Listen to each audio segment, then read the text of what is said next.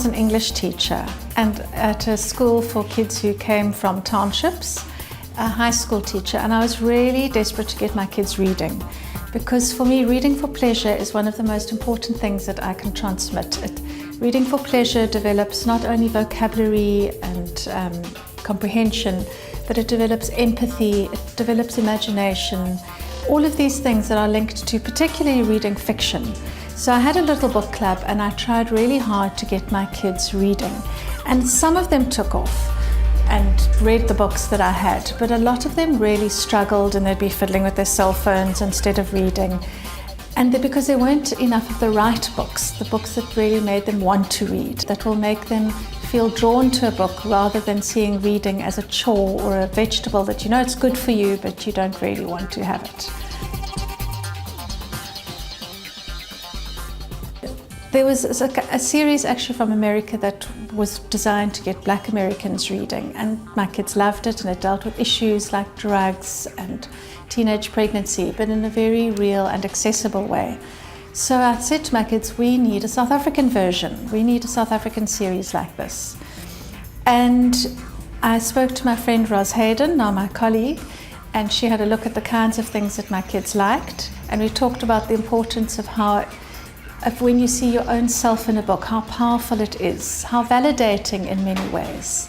And so she started writing a book, and she brought me the first chapter in A4 printout form, and I gave it to a couple of kids to test it, and the chapters started going viral. The kids loved them. They squabbled over them. For the first time, kids were wanting to read in my reading period. And they kept on saying, this is about us, this is about our lives.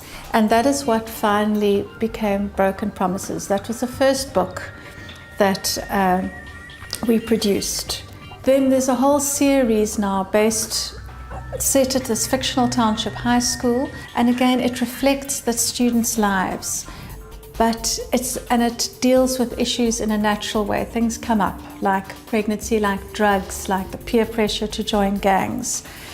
But we are very, very careful that our books are not preachy, that we're not telling people what to do. It's just that as you look at characters making choices and in situations similar to you, then you can reflect. It's a safe way to reflect on your own life.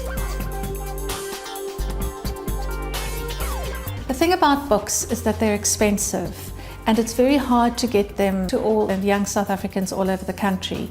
It's difficult. Dorothy approached me. We've been friends for a very long time, and so I was helping her to also problem solve, to try and see how we could actually make a book system or a publishing system work in a country where there aren't readers and there aren't really book buyers either.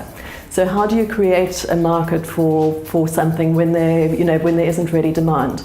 So what we've been trying to do is to problem solve and to try and find new ways of creating demand for reading, and ultimately hoping to build up a book buying culture. So we see Fundza as very much the spark of creating this reading culture, and hopefully it will be able to sustain it as well into the future too.